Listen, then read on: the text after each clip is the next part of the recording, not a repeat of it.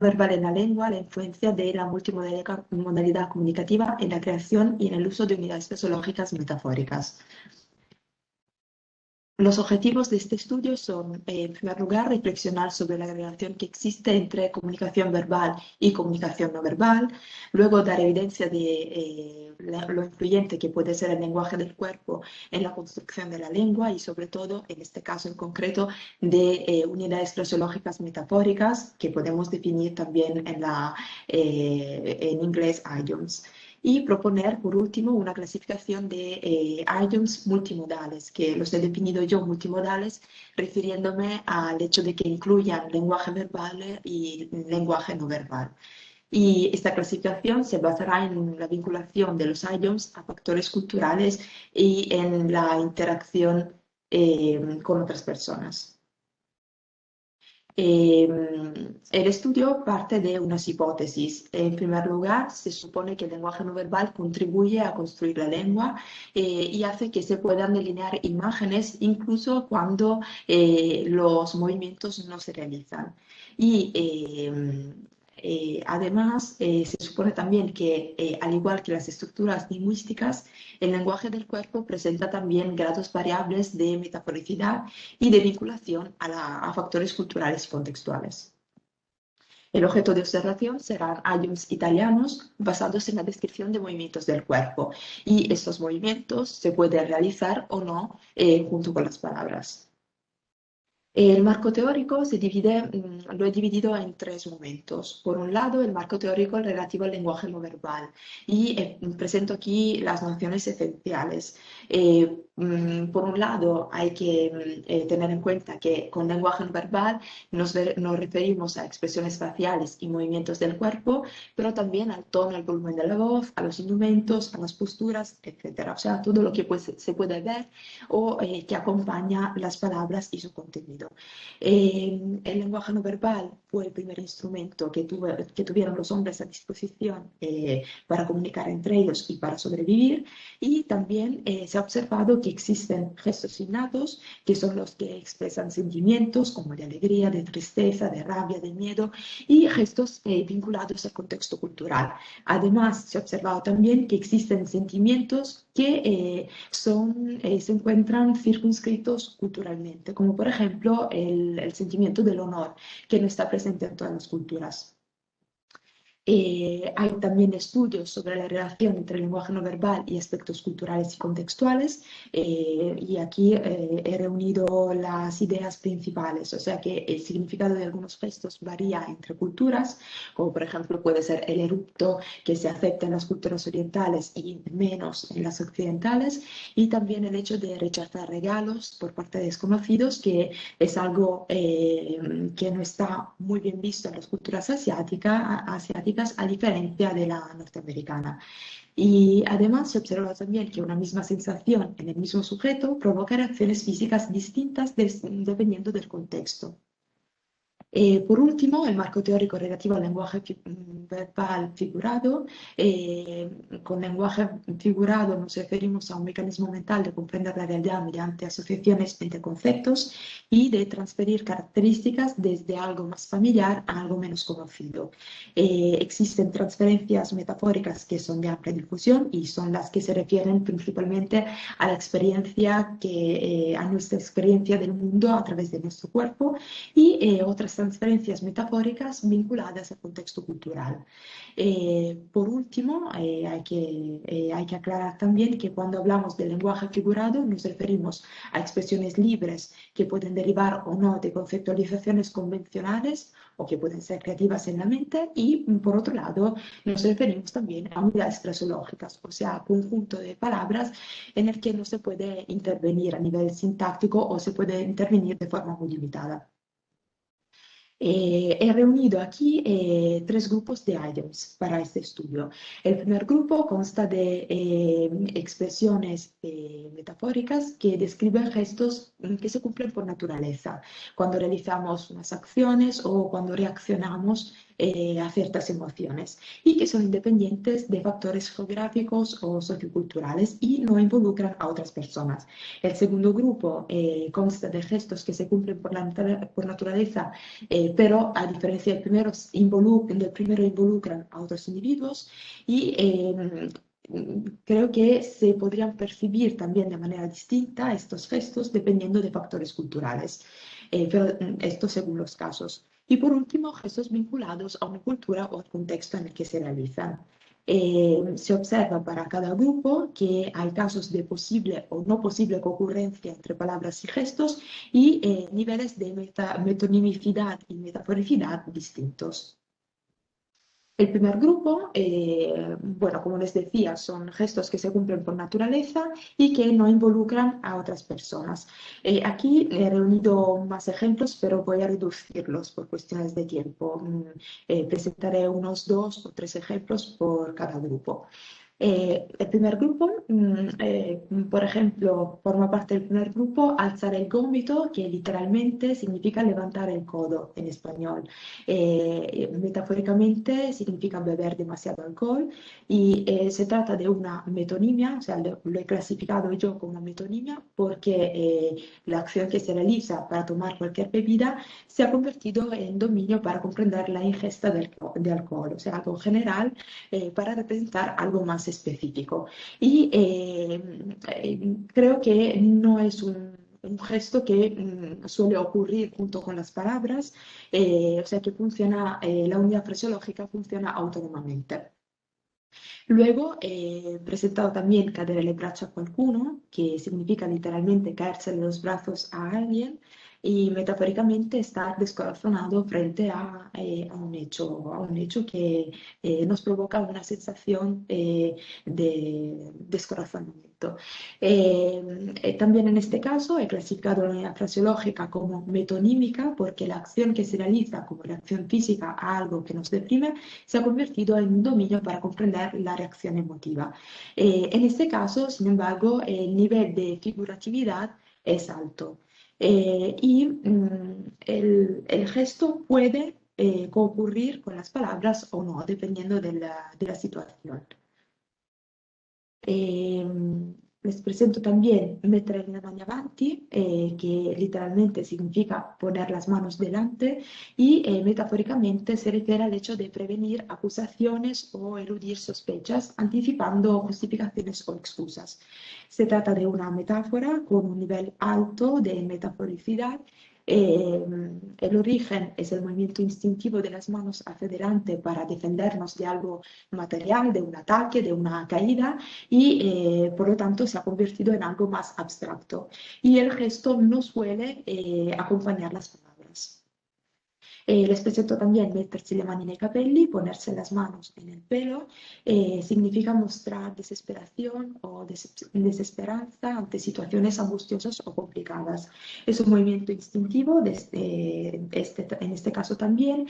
Se trata de una metonimia porque la verbalización de un gesto ha pasado a indicar lo que se siente al cumplirlo y tiene un grado de figuratividad bastante alto. Y el gesto puede ocurrir junto con las palabras o no, dependiendo de la situación. El segundo grupo, como les decía, consta de gestos que se cumplen por naturaleza y que involucran a otros individuos. Y también en este caso voy reduciendo un poco los ejemplos. Mantener le distanze significa literalmente mantener las distancias y metafóricamente significa evitar el contacto, que no es solo físico, sino también virtual, digamos, con alguien o emocional. El origen es la actitud de quien evita acercarse físicamente a alguien, pero en este caso puede presentar también una forma de abstracción. El grado de metaforicidad diría que es intermedio, porque el hecho de mantener las distancias puede coincidir en el aspecto físico y en el aspecto emotivo también. La concurrencia la he indicado como menos, o sea, porque Perdona, Silvia, te quedan 5 minutitos. vale, muy bien. Gracias. Considero que el hecho, el sentido literal y el sentido metafórico son independientes el uno del otro. O sea que se puede estar lejos físicamente, pero no emocionalmente y viceversa. Mettere qualcuno alla porta, literalmente poner a alguien en la puerta, significa metafóricamente invitar a alguien a marcharse o alejar a alguien o despedir a alguien del trabajo. Es una, digamos que es una metonimia en el sentido de que se acompaña a alguien a la puerta para luego tener un efecto, o sea, se representa el efecto a través de la acción previa y metafórico porque no es solo el hecho de poner a alguien en la puerta, sino que puede representar algo más abstracto. Y el gesto puede ocurrir o no con las palabras. Por último, el tercer grupo se trata de gestos vinculados a una cultura y al contexto en el que se realizan, y aquí también voy reduciendo los ejemplos. Les presento toccare ferro, que literalmente en español significa tocar hierro y corresponde a la vía fraseológica española tocar madera. Metafóricamente significa esperar que no se verifique algo no deseado. Tiene el origen en una leyenda que está relacionada con Sandunstán y el diablo, que se presentó a este herrero para que le errara eh, la pata a su caballo, y Sandunstán se dio cuenta al mirar la pata del animal de que el diablo disfrazado de viajero en realidad tenía una pezuña en lugar del pie y le clavó la herradura, y por lo tanto el diablo, frente a este gesto, prometió no volver a entrar en un lugar en el que hubiese herraduras.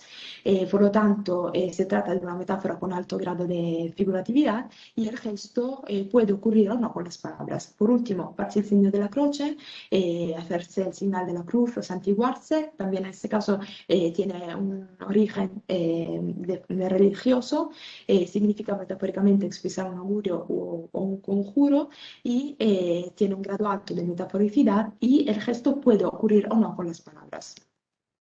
A raíz de todo lo que les he contado y de algunas expresiones que no he podido presentar, he llegado a algunas conclusiones. O sea, la importancia de la comunicación no verbal para construir la lengua y transmitir más intensamente determinados contenidos, el hecho de que existe una multimodalidad expresiva porque el gesto puede acompañar las palabras o existe también autonomía entre ellos, el hecho de que la metaforicidad caracteriza no solo la lengua sino también los gestos, que hay niveles variables de convencionalidad y fijación tanto en las palabras como en los gestos, que unidades fisiológicas, metafóricas y gestos, además de tener grados variables de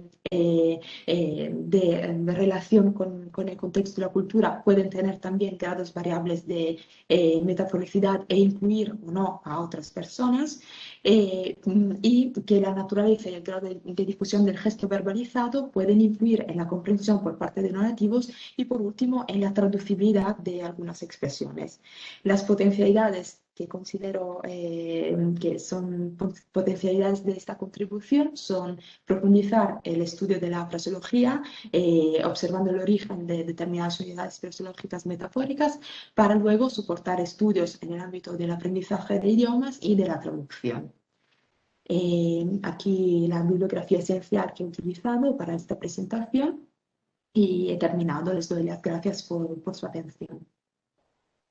Bueno, muchas gracias, Silvia. Te has tenido perfectamente el tiempo estipulado, o sea que ha ido muy bien. No os he dicho al comienzo de la sesión que las preguntas las vamos a hacer por el chat. Entonces, en estos 5 minutos, si hay alguien que tenga alguna cuestión, la puede ir redactando. Fíjate que ya tenemos aquí alguna. Dice Roberto Matos, dice, gracias por su aportación. En cuanto a santiguarse, ¿usted no cree que se activa la metáfora por el contexto metonímico? Gracias.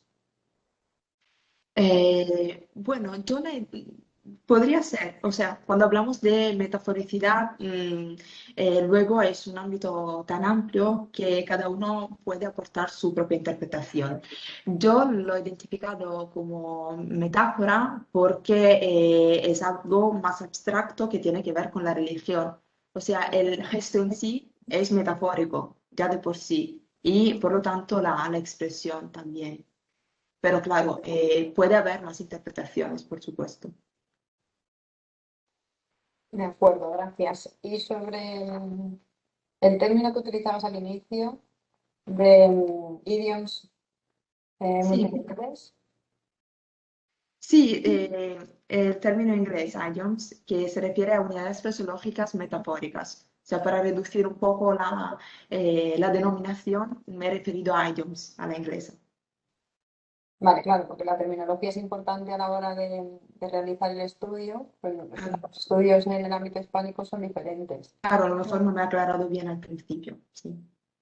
De acuerdo. No sé si hay alguna pregunta más por el chat. Bueno, pues parece que no. Pues muchas Ay, gracias. perdón. ¿Se puede hacer a viva voz? Como tengo el rol también de panelista. No, simplemente viendo directamente, bueno, soy Larisa Timofeo, viendo directamente el título de su ponencia. Bueno, gracias, etcétera. Digo, vamos a ser un poco locos. Unidades fraseológicas metafóricas. ¿Implica eso que hay unidades fraseológicas no metafóricas? O sea, para mí la metáfora es la base de la fraseología. Que quiero decir, metáfora en términos cognitivistas, siempre hablando, hay un procedimiento metafórico. No sé si es un poco, me confunde, ¿no? Un poco el título. Gracias, Silvia. Sí, no, gracias por tu observación. Sí, en realidad, en términos cognitivistas, las unidades fraseológicas se pueden considerar metafóricas, pero si hablamos, yo creo, de unidades fraseológicas en general, habría que especificar que tienen que tener este matiz metafórico, porque hay expresiones fijas que pueden no ser metafóricas. Eh, y por lo tanto, he querido ser un poco más clara. Muy bien, pues muchas gracias. Silvia, gracias por la Gracias. presentación. Gracias. Venga, vamos a cambiar de presentador.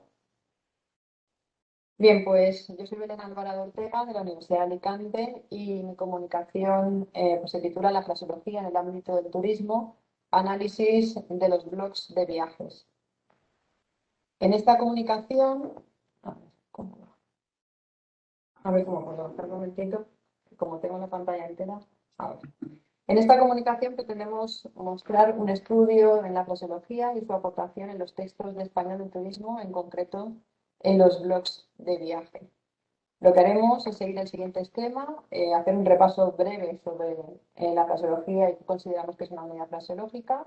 Hablaremos también brevemente sobre el español del turismo. Hoy haremos un análisis de los blogs de viajes y finalmente llegaremos a unas conclusiones y a una bibliografía. Como digo, es una presentación de la investigación que se va a realizar en el futuro. La fraseología de una lengua es un fenómeno complejo en el que intervienen aspectos psicológicos, sociales y culturales, tanto para su producción como para su interpretación, aunque lo más importante es la transmisión de intenciones y que dichas intenciones sean interpretadas correctamente por los destinatarios.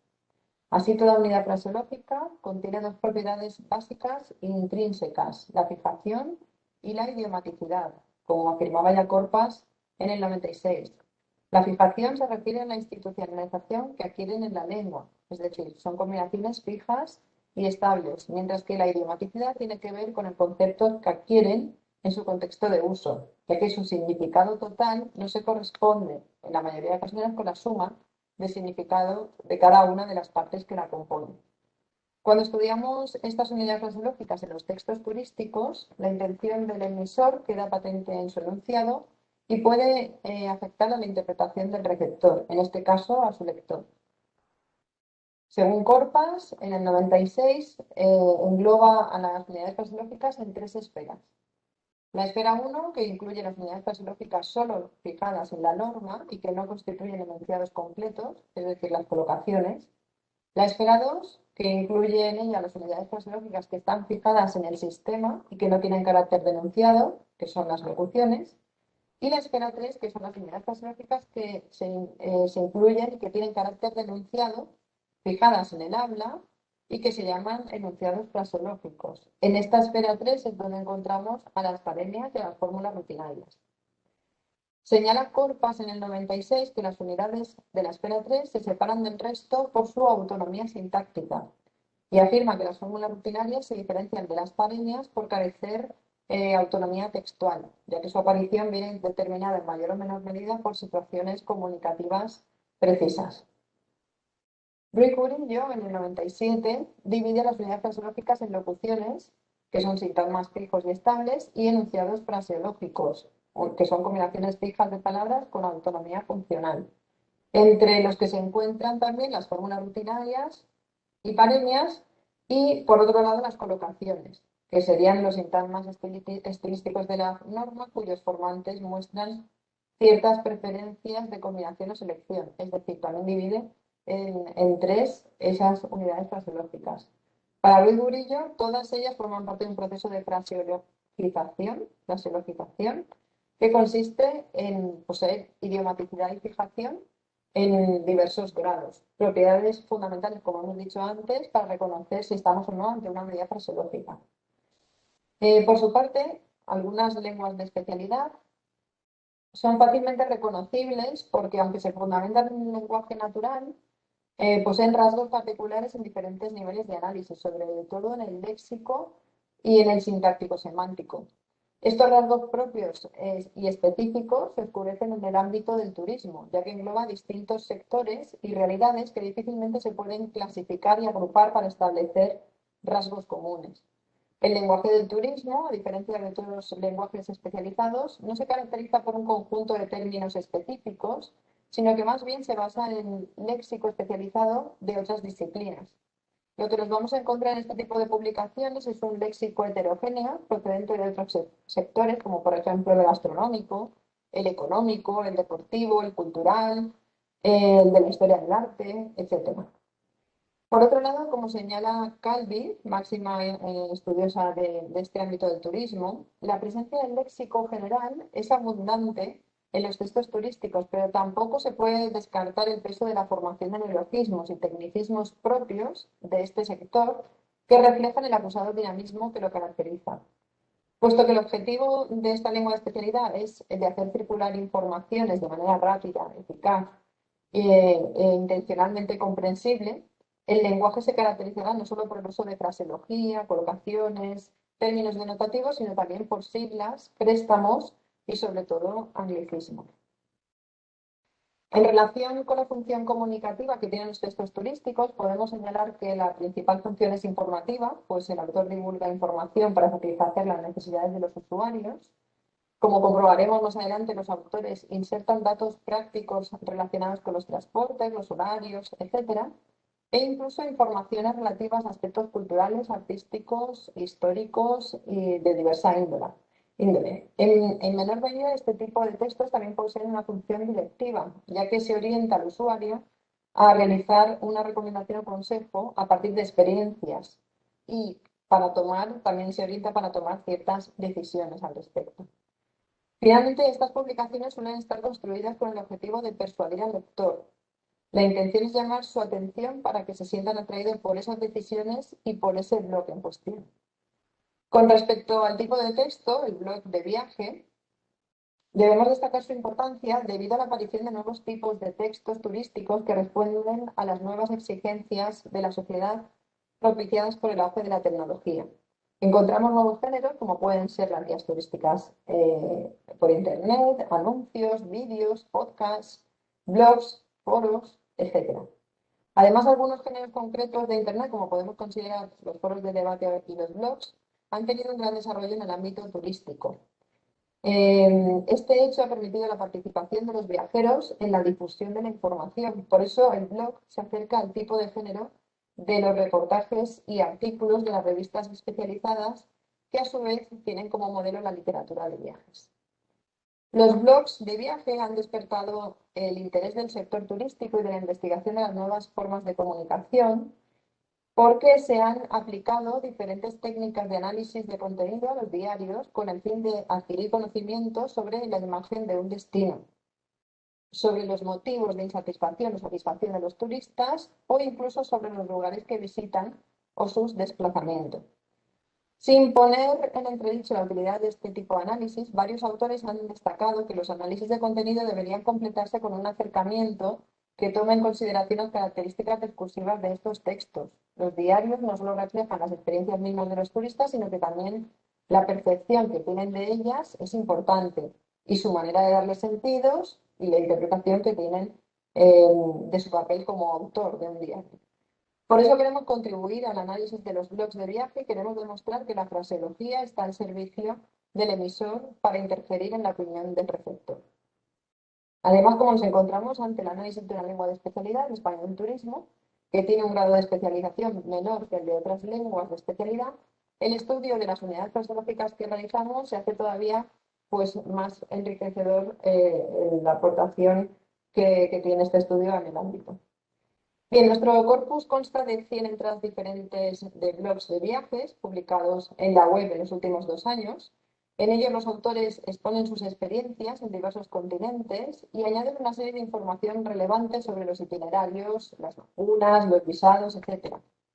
El blog es una página web donde los turistas se transforman en expertos y emisores del discurso turístico con el propósito de intercambiar opiniones y expresar valoraciones sobre un determinado destino.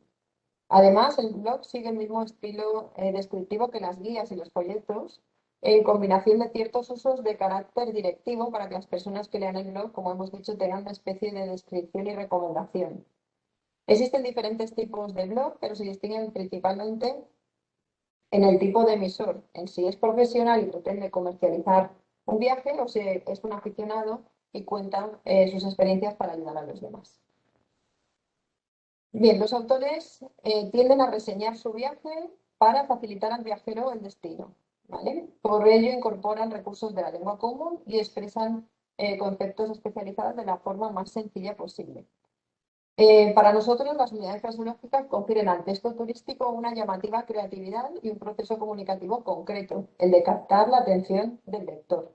Así sucede en nuestro corpus, donde los emisores, a través de locuciones, sobre todo, dan un carácter informal y cercano a su texto para conseguir su fin último, informar y convencer. Vamos a analizar algunos ejemplos. Me quedan 3 minutos, creo. Vamos rápido. Veamos algunos ejemplos de locuciones. En uno, se dan 12 consejos para viajar a Nueva York y cómo ver la ciudad sin perderse nada.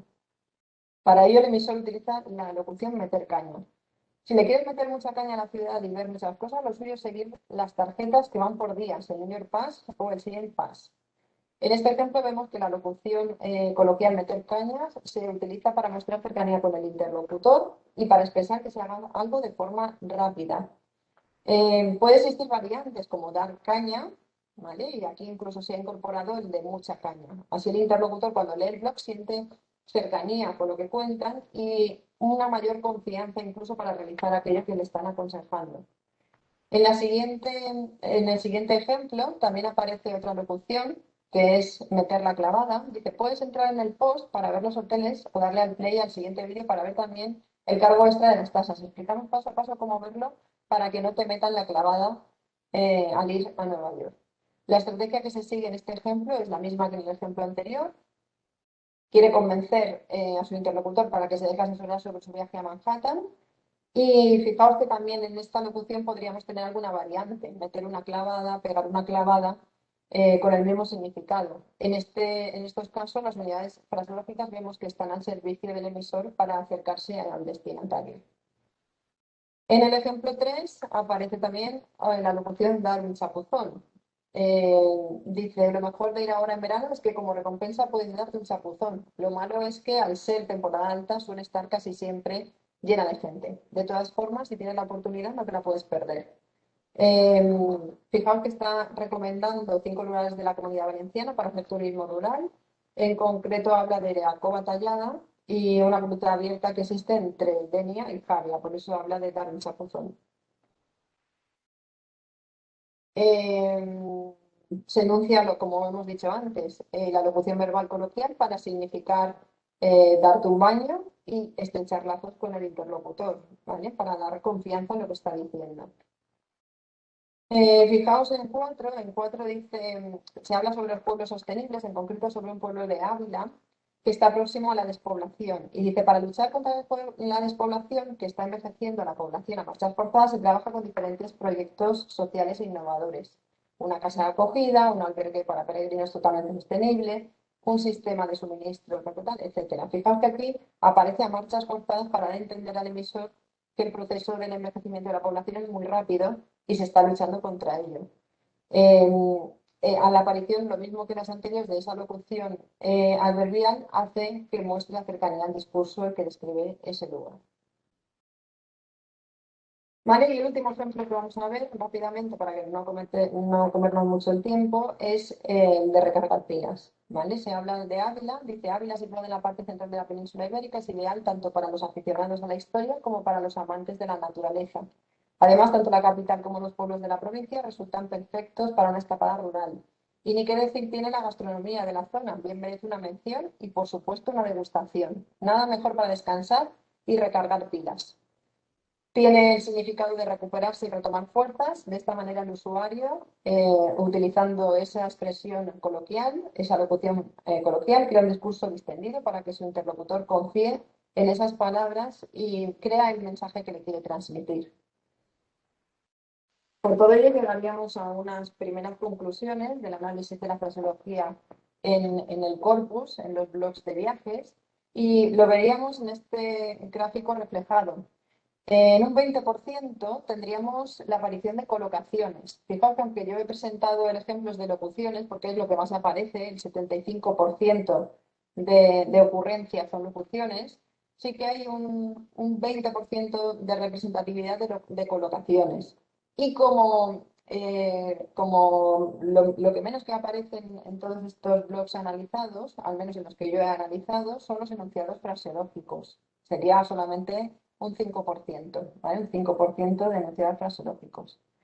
Con estos datos que hemos extraído, sí que podemos decir que, aunque sea muy obvia la fisonomía heterogénea del lenguaje turístico, como hemos podido comprobar en el blog, se constituye un significado con un léxico propio que se caracteriza sobre todo por la abundancia de unidades poliléxicas. Por tanto, podemos señalar que el lenguaje del turismo constituye una suma del lenguaje general, es decir, términos procedentes de ese lenguaje general, términos de otros ámbitos y léxico claramente perteneciente al ámbito del turismo. Este léxico está compuesto, como hemos visto, de unidades fraseológicas y de extranjerismo. Finalmente, cabe señalar que la intención de los autores que publican sus experiencias en la red no es solamente informativa, sino también que intenta, como hemos dicho, persuadir mediante diversos mecanismos lingüísticos, como puede ser la oferta de descuentos o descripción de determinados elementos, y aquí es donde entraría en juego nuestras unidades fraseológicas. Bueno, muchas gracias, creo que me he pasado al final unos minutos. Espero que se haya entendido. Sí, muy bien, Belén. ¿Alguien tiene alguna pregunta que hacer? ¿Alguna pregunta para Belén por el chat? Yes. I've found so many files and I'm sorry for this. Yeah, say no to this. I've so many files, I'm sorry for this. Yeah, we can put it in presentation mode, so that's it. Yeah. I'm so sorry for inconvenience. I'm so sorry. And thank you for allowing me to present. I'm happy to take part in this research. Okay. So my presentation is entitled "The Urban Analysis of Letters and Replies in Academic Journals Across Disciplines." So first of all, I'm going to describe the register, genres, and disciplines under study. I'm also going to describe the numbers. Afterwards, I'm going to present my objectives, the corpus, and methods of analysis. And finally, I'm going to present my findings and the conclusion. So having said this, I'll move to the first section, register, genres, and disciplines. In this research, I've chosen the academic register given its importance in disseminating scientific knowledge, and it's being a social and rhetorical activity in which researchers engage, as that 2010 claims. I've chosen 2 academic genres, but before introducing them, I need first of all to define the notion of genre. And here, genre is defined as an inventory of texts having common formal features, as did the 2004 maintains. But this is a way of presenting information in accordance with the conventions of a particular linguistic community, as Helen 2004 maintains. So, what happened? Okay. So in this research, I have 2 academic genres. The first one is letter to editors, and second one is replies, and both of them are complementary genres. And the choice of these two genres in particular is motivated by the gap in the literature. And indeed, as Gotchi, Dinamoth, Gadi, and Lind 2010 claim, information and instructions to authors about the purpose, content, and structure of letters and how authors should respond to criticism is generally lacking. Okay. So both letters and editors, each one of them, letters to editors and replies, each one of them has its own communicative function. So one letters to editors contribute to the validation process of new research by other scholars in the research community. Replies are spaces where the authors respond adequately to criticism. These genres in the present research represent three disciplines, and in various ways, disciplines can be defined as human institutions where actions and understandings are influenced by the personal and biographical, as well as the institutional and sociocultural. On the relationship between genres and disciplines, I'm going to mention that each genre has its own discursive practices, which in their turn vary according to disciplinary rigors, according to Elton 2010. So the summary of this section, as the figure shows, I have two genres. The first one, letters to editors, and the second one, replies. Both of them represent the academic register, and each genre represents three disciplines: physics, biology, and anthropology. So these two genres will be in our frameworks, and here I have to mention that number analysis is an analytical approach for the analysis of text in which the rhetorical structure is identified for pedagogical purposes, as Moreno and Swayze 2018 claim. The analysis in the present research is built on three models: the model of Bell-Arbor 2005 and the model of Meunier and Parmet 2006, who previously worked on the rhetorical structure of letters to editors.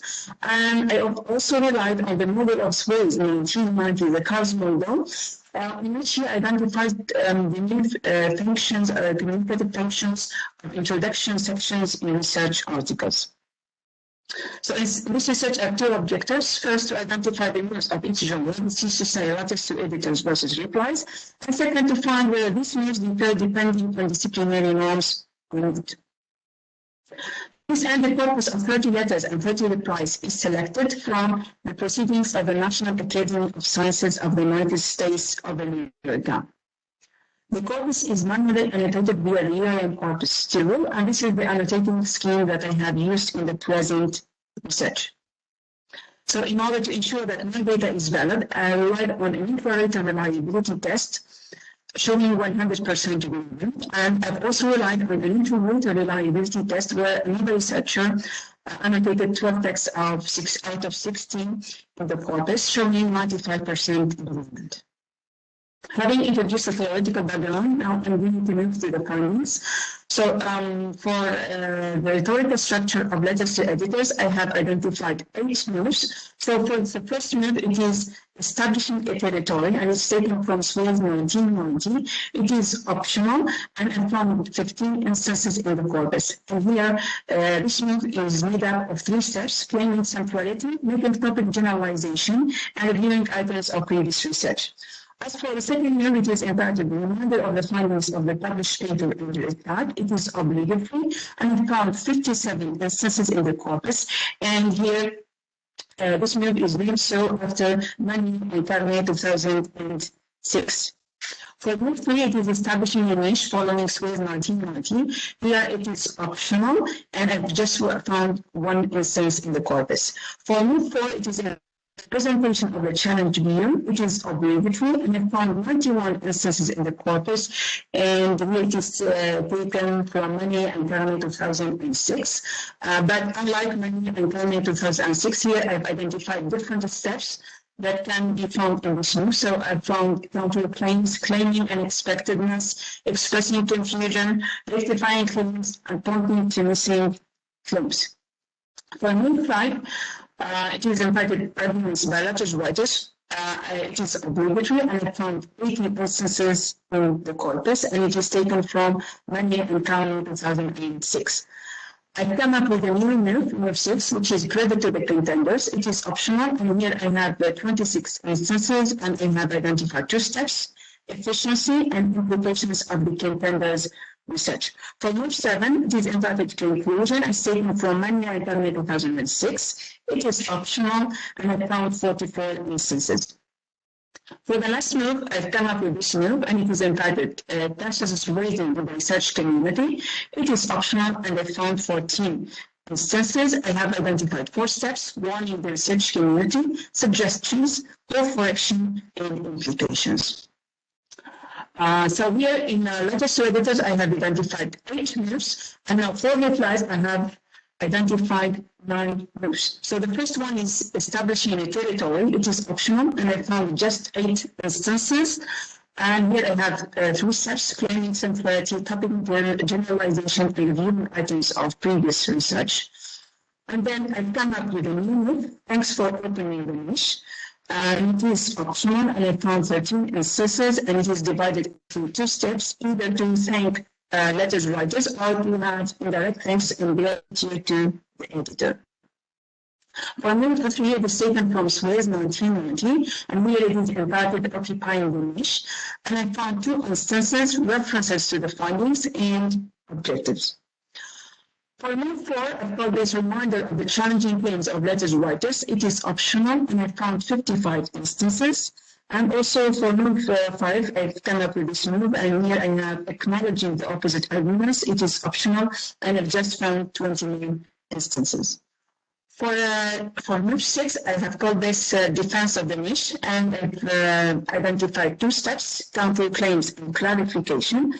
And for move 7, I called this arguments by replies writers. For move 8, it is the conclusion, and it is optional, and I have identified only 62 instances in the corpus. And finally, the last move is move number 9, tensions raising in the research community, and here I have identified just 2 steps: call for action and implication. So let's summarize this section. It includes so many details. So the table here provides a summary of these 2 genres, the communicative functions in each one. So here both letters to editors and replies share some communicative functions like establishing territory, arguments, conclusion. They also share tensions raising in the research community, but while for letters to editors we have call for action, warning, suggestions, and implications, for the replies we have only 2: call for action and implications. For the differences, we have a reminder of the findings of the published paper and their tag in letters, while we have a reminder of the challenging claims of letters writers in replies. Also, we have presentation of the challenge view in letters, and we have defense of the niche in replies.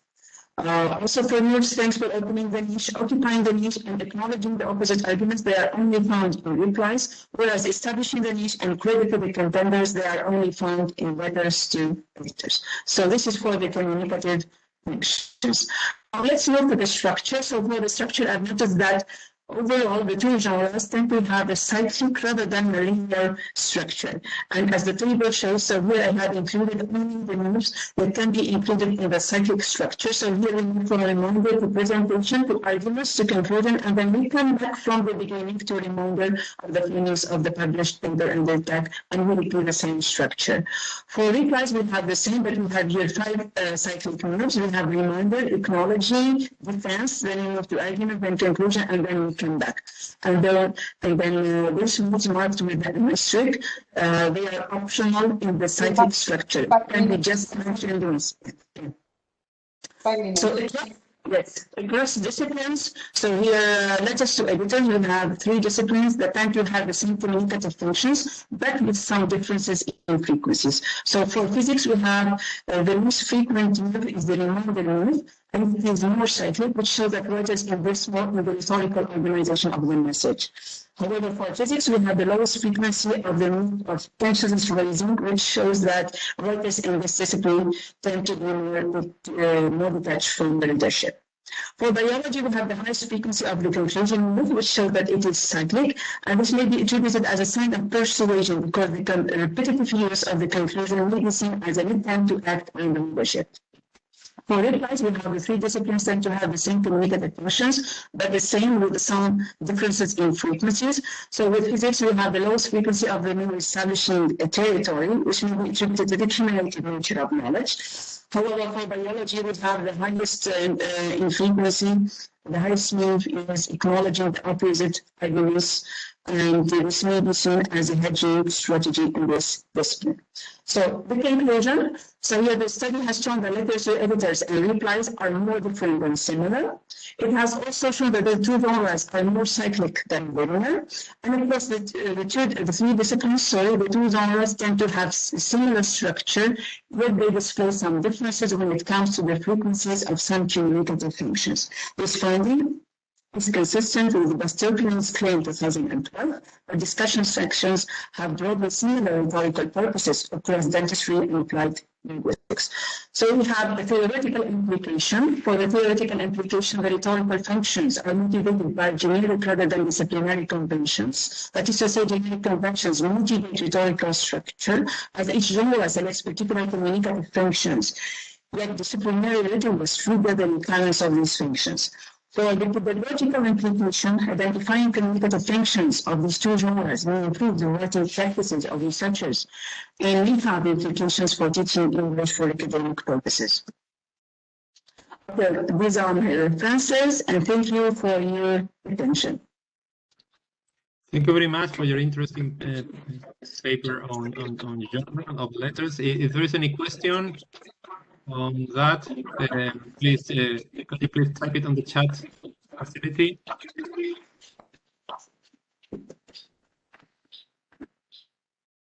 Any questions for Sabine?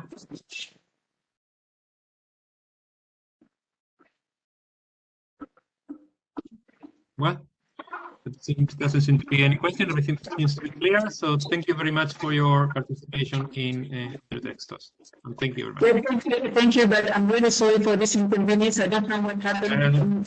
Technical problem, no worries. I'm so sorry for this. I'm so sorry for this. Thank you for your patience. Thank you.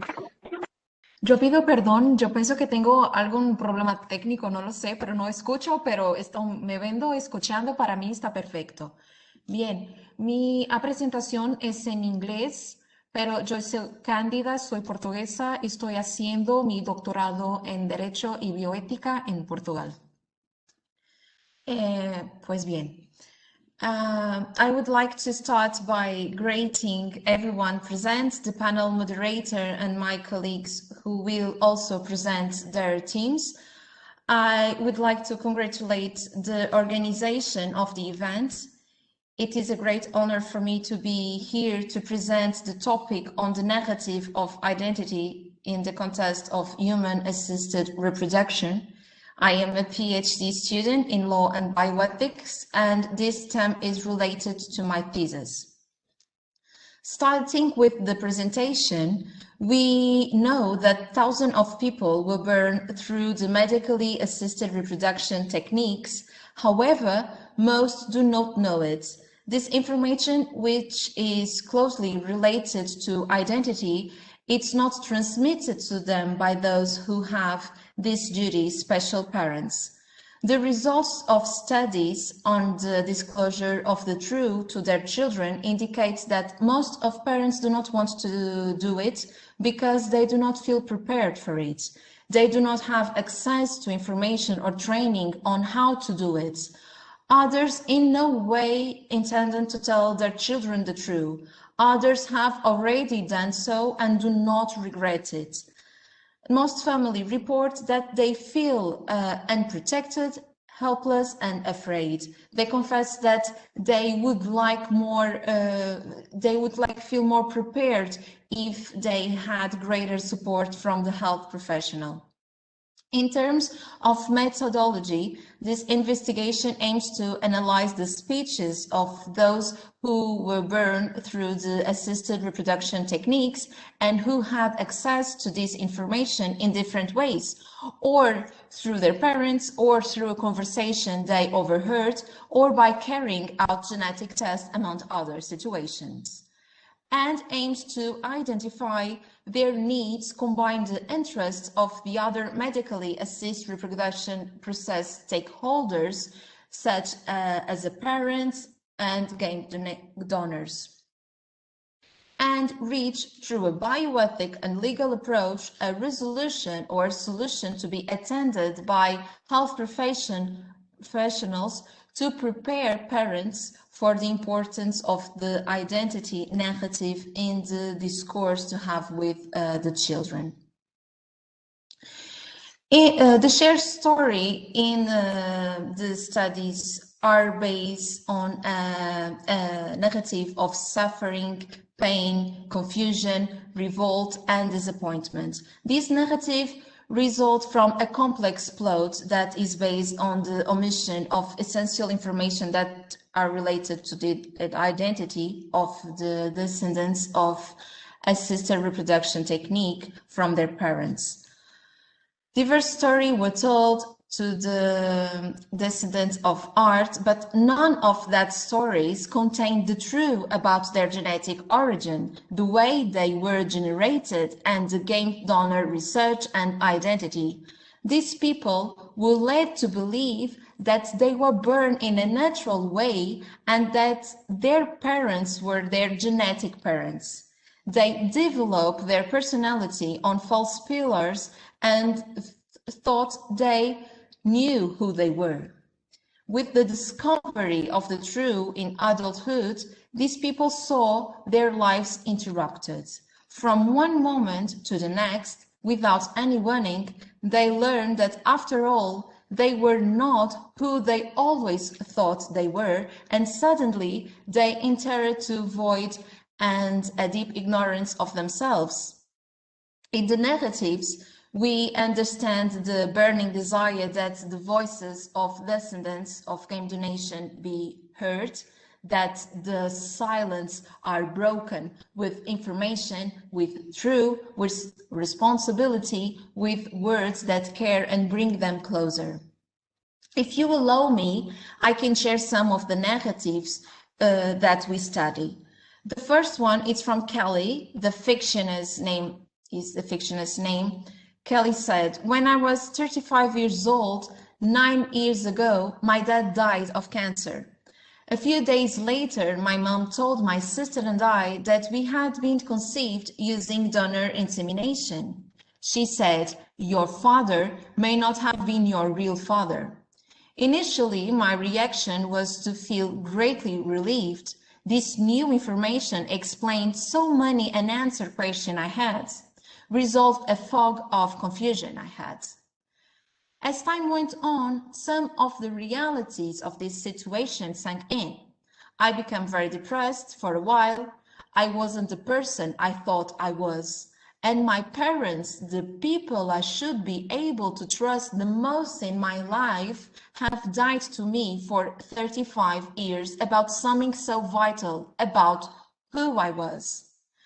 Rather than grieving my dad's death, I was incredibly angry at him. My mom said that when we, my sister and I, were teenagers, she had wanted to tell us about the DY, but my dad made her promise not to tell us. I am glad to know the truth. The truth is always better, but her timing was horrible. I was also upset that now I wasn't be able to talk to my dad about it. As a human being, I should have a right to the truth about my own identity, about my own history. I would like to be able to sit down and chat with my donor, and I have accepted that most donors, especially from that time period, don't want any type of relationship. I should be able to know who all of my blood relatives are, including the donor's family members and all of my half-sibling through his sperm donation, so that I wouldn't marry my half-brother and so that my children won't marry their first cousins. It was so important to my parents for me to fit into the family because they were hiding my genetic background from the whole world, from family, from friends, from neighbors, from the school, from my doctor. They spent my whole time with them trying to squash me to fit into the characteristics of the family, to mold me in their image. Unfortunately, I just didn't fit into their molds. It was so painful to find out my dad had lied to me our whole life together about our true relationship, and that he felt it was none of my business. I have to redevelop my sense of identity because I wasn't the person I thought I was. And I have other narrative from Rachel. Rachel said that I wasn't felt like I didn't belong with these people. I searched for evidence of my adoption for many years as a child. It's the withholding of information created a shrug of secrecy and a sense of shame about something I could sense, but of what I had no real knowledge. I always have suspected something wasn't kosher, but didn't know what it was. There's no way sense of self-esteem could not have been damaged by that experience. So, as a conclusion, we have to say that parents are primarily responsible to revealing their children all the elements and information that build and polish their identity, in particular, those that are related to their genetic origin. With the birth of the child awaited by the beneficiaries of art, a set of right is also born that must be safeguarded and respected, namely the right to knowledge of genetic origins. This right allows anyone to know how they were generated and by whom they were generated. So they have full knowledge of their true personal identity. Negative medicine aims to develop the negative skills of health professional, that is the ability to recognize, absorb, interpret, and act, taking into account the stories and the difficulties of others. In the field of reproduction medicine, negative skills do not end in recognizing the suffering of people with fertility problems. In interpreting the history of disease and desensitizing health professionals in relation to the vulnerability of those they care for. Negative medicine extends to those who have not been born yet. Doctors must have to be competent to create a bridge between their parents and the children who will be born as a result of art treatment. If at first care and the relationships is centered on the passion, in the second step, the interests, rights, and vulnerability of those who have not yet born are called to the dialogue.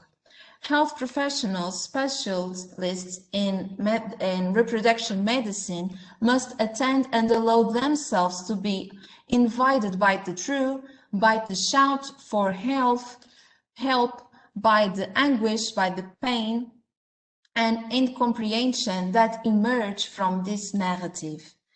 They must be made aware of the negative of those who are born as a result of art treatment and who do not have access to their biological truth.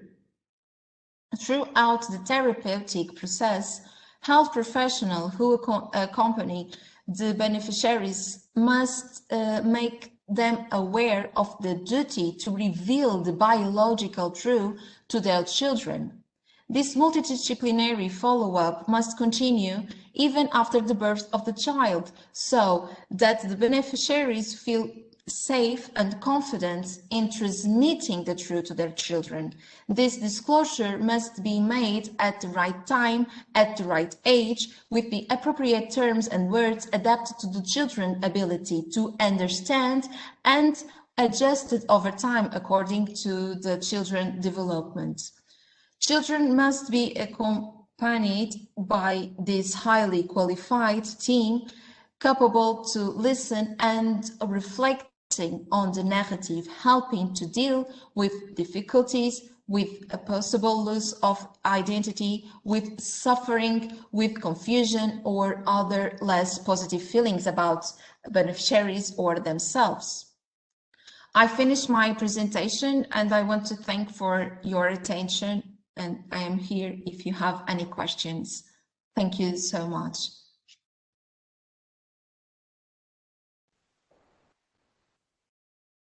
Gracias, thank you.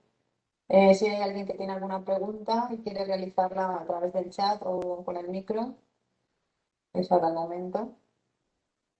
Ahí, Vale, bien, pues si queréis empezamos. María Beliakova es de la Universidad de Alicante y va a presentar su investigación titulada Contrastive Study of English Abstracts in Geosciences, Writing by Native and Russian Authors. Cuando quiera, María, sabe que tienes 15 minutos. Hello, everyone. Pues I'm really glad to be here. I hope you hear me well. And well, I'd like to present a small study that I've carried out. And this study, well, the idea of this study came really logically because as a student, I had to write a lot in academic English. And all of us know how important it is to write correctly. And at one point, you come to this moment when you think, oh, am I doing it okay? Am I writing well? And what mistakes may I have? And all these things, all these doubts. And I really wanted to help other students to be more to be more sure about what they are writing.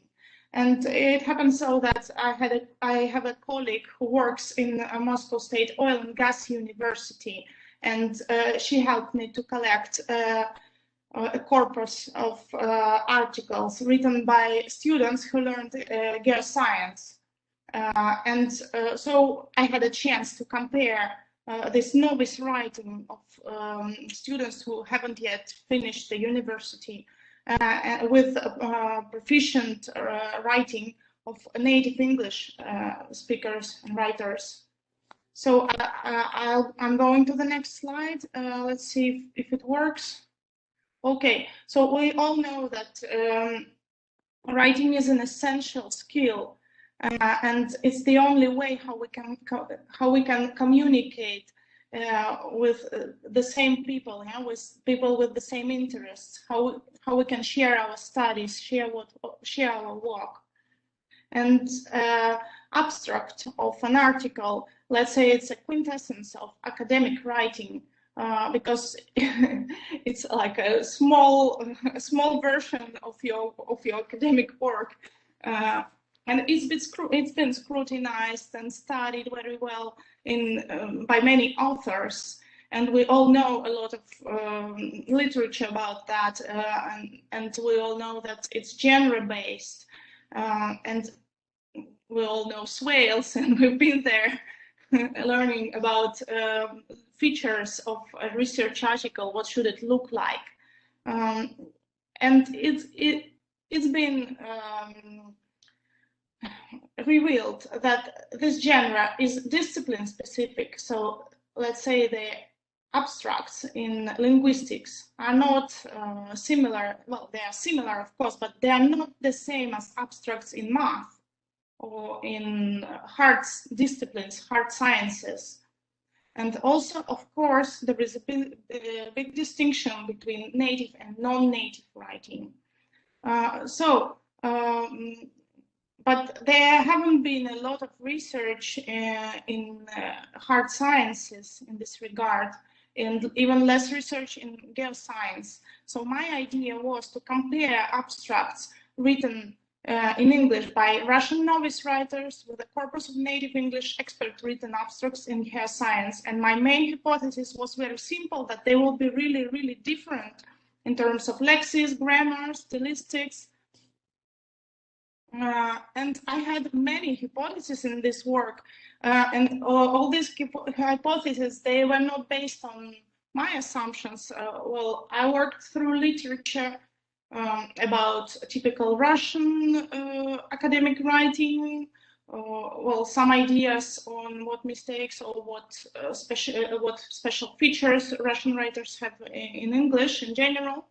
Well, also some ideas about hair science, and mainly these hypotheses were from different fields, from rhetoric structure, to see if Russian articles have the same introduction methodology, results and discussion structure, or maybe they are more loose and fuzzy, because Russian authors, well, in Russia we like to pour a lot of water before we start. And also, Russian academic tradition is to hide the author, not to say I all the time. Well, and when you write your work, you'll think, okay, should I say that I did it, or maybe we did it, or maybe just to use a safer strategy, like to say this paper presents or this study shows. Also, well, my assumption was that the use of collocations would be different, and that there might be some mistakes with modal verbs and articles, because we don't have articles in Russian. And also, I was interested of level of nominalizations, how many nouns would be there, because it's also a typical feature to use a lot of them in scientific work.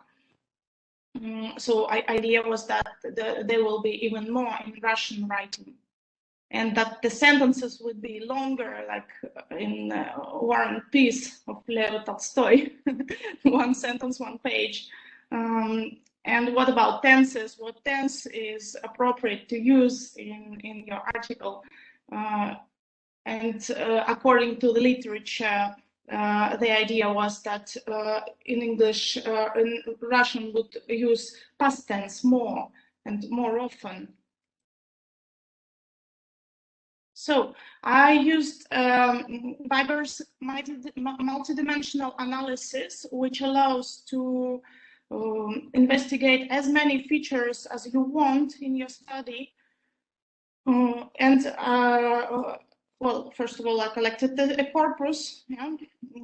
So two corpora, one, like let's say two subcorpora, one of English articles and other of Russian articles, and those here on the screen are now all the features that I wanted to investigate. Other active verbs with inanimate subjects, other self-reference words like we, our, my, and so on. Passive structures, academic English collocations, how many articles, how many nouns, how many prepositions of, which is typical to say study of articles of English writers of geoscience, something like that, to overuse this preposition. And how long would be the sentence, and how many WH clauses would be there, and also tense markers and rhetorical structure. Well, you see that this corpora was more or less of the same size, of 28,000 tokens, English subcorpus, 23,000 Russian. It's not very big, it's a small, well, actually it's a small corpus, but that's what I could do at that time. And well, Russian students were proficient students who were about to leave the university to finish their studies, but still they were novice writers, not experts yet. And expert written articles were collected from highly reputed journals, written in English. So all from native writers. Maybe it could make some sense to make different studies from with writers from UK, USA, Australia, and so on, to divide different types of different varieties, yeah, of English. But not this time, okay. Maybe later studies could do that. And the tools that I used Well, I used some special tools to count that, like Ankong and close part of speech tagger, and some special tools to see the sentence lengths. And not all my hypotheses were confirmed. Most of them were refuted. But for example, corpora was very similar, the articles were very similar in terms of structure, MRD structure, so were not significant differences. And what was self-reference words, there was significant difference in use of paper strategy. So novice writers and Russian writers tend to relate more on this paper strategy, like this paper presents, this article shows, the results reveal, and so on, to avoid saying I, to play safe, let's say. And even if the author is alone, if it's not a group of authors, they tend to use we, meaning who, for example, me and the audience. So author and the reader. So this is more frequent was more frequent in Russian articles.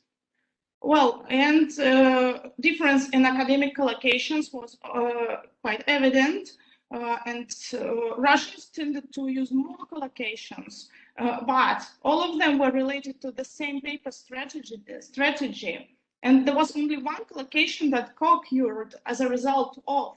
All other collocations were absolutely different, but in this case we are talking about four grams, yeah, like 4 words together, big collocations. As for modal verbs and prepositions, there was nothing interesting about modal verbs and articles, even though in Russian we don't have it. There was no difference, but preposition of, yes, it was really, really overused in Russian subcorpus. But the sentence length was similar. There wasn't significant difference in that. Well, there was some difference in which and that clauses, but maybe because there is no difference in Russian word which and that, it's the same word in Russian. So that's one more point to investigate, because mainly my study opened a lot of different branches that can be researched, a lot of ideas for further studying. And the last hypothesis about tense, it was refuted that both corpora preferred to use the present tense, as one author said, that to show that this study is like final study, it's present, it's now, it's not what happened many years ago. And past tense was used significantly less in both subcorpora. But the idea that Russians would use past tense was refuted. Well, and a lot of things, a lot of outcomes of the study can be discussed. As for rhetorical organization, it contradicts many previous studies done by Russian authors. And Russian abstracts are not fuzzy anymore. We are not pouring water anymore. We know about IMRD, we know about swales. Now it's more transparent. As for authors, as I've already said, for me, it's maybe the most interesting finding that we play safe. We use this paper strategy. As I say now, we meaning all of us, we avoid saying I, prefer saying this paper or this study as if it was done by itself. And for sure, there was different idiomaticity, different collocations because of language transfer, for sure, and high level of nominalization, which is in general typical feature of articles, even moreover in hard sciences, to use a lot of nominalizations. But in Russian, there was a really high level of them. As for sentence clause, also it was not confirmed that there is any difference, and the same for tense. It only confirms some previous study by this person with very difficult surname and Simin that now the popular tense is present tense, and it still is discipline specific, as well said, and it contradicts some previous Russian studies that Russians use past tense. So those are mainly my findings. Well, try to tell all of them in short. You can find the full article using this link that is now on the screen. Maybe someone wants to take a picture or a screenshot. It was published in Elua, or you can also write an email. This is my email on the screen. So thank you all for accepting my study, for accepting me here. And that's it. Thank you. Muchas gracias, María. Muy interesante. A ver, abrimos el turno de preguntas. Tenemos 5 minutos. En el chat creo que te han puesto algo. A ver.